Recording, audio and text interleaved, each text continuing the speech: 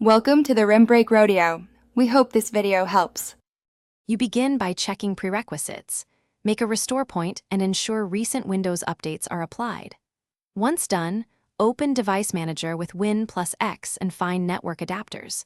You need the adapter name and to note any warning icons because that tells you whether Windows reports a driver or hardware problem. Now right-click the wireless adapter to view properties. This is your launch point for driver actions. Make sure to record the driver version so you can roll back if an update causes issues. Next, you focus on drivers and power settings because most wireless failures are driver-related. First, try Update Driver.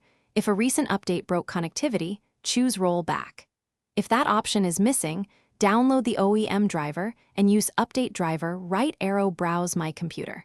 Then open Power Management and uncheck Allow the computer to turn off this device to prevent sleep-related disconnects. If problems persist, uninstall the adapter while keeping driver files, then scan for hardware changes to force a clean reinstall.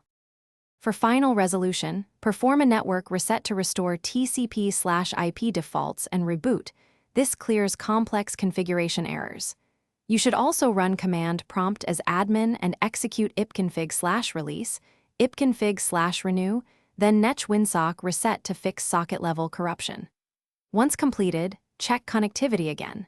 If the adapter still fails, try a USB Wi-Fi adapter or boot a Linux Live USB to determine whether Windows or the hardware is.